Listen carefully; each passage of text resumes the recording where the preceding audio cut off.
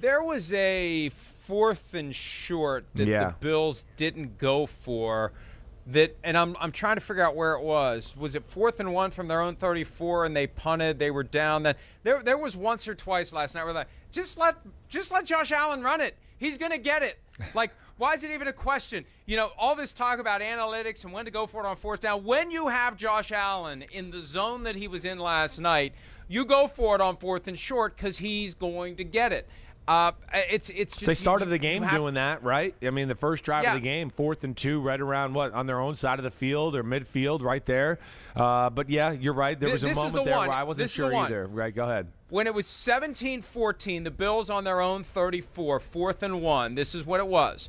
The Chiefs had just gone up 17-14, and it's like, hey, you give it back to the Chiefs. I mean, you punt it, they're going to score a touchdown. They did anyway. It made it 23-14. I mean, the Bills had to fight back from a 9-point deficit. That was a spot where it was a no-brainer to me. Just let Josh Allen run. But that's the magic he had last night. And we haven't talked about some of these throws.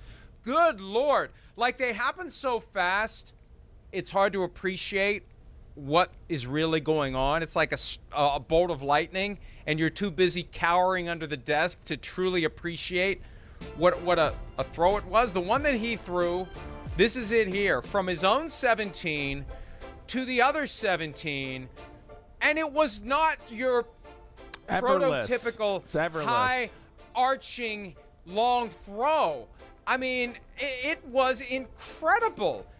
I'm amazed that some of these passes were caught given the force that was behind them. Well, both of them just have incredible arms. They have incredible talent. And that to me, right there, where, let's say, like, you know, I think it's a great conversation. We could probably waste a whole show breaking down who's better, Mahomes or Allen. Let's get into the little intricacies of what makes one great. Like, that stuff right there, that's where I go. I think Josh Allen's better than Mahomes. Stand in the pocket, let me throw a big laser down the football field. You know, the throws are unreal. But then Mahomes makes up ground because he has more of the sidearm, and I'm running this way and I'm contorting my body and throwing it across the field. He's better at that aspect of the game. It's just they both have every magic trick in every shot in the bag that you need, and then some. And you're right, like that throw there, that's insane. Like you're talking about, it's 55 yards through the air, not even high up in the air, effortless out there. Boom, touchdown, quick strike. You're going, oh man. I mean, it was just neither team wanted to die last night, and neither quarterback was going to let their team die. Really, Mike, I mean, what I ultimately came down to, and I don't know, you hear me out with this game a little bit.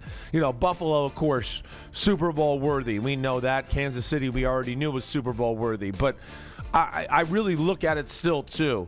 Mahomes, Allen, and then I think the next thing I look at and just go, all right, what dictated the football game? The Chiefs still have a few more studs and difference makers on their roster, in my opinion, that Buffalo just doesn't have yet.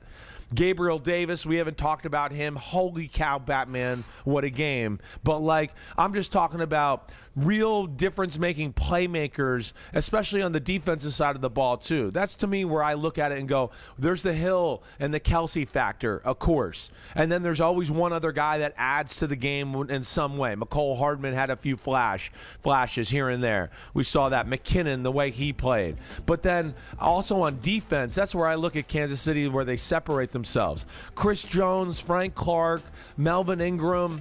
They just got a few guys who can go, again, almost like the quarterbacks, where they can go outside the realm of what's asked of them, you know, as far as the scheme is concerned. And that was one thing that I think popped to me, too, throughout the game.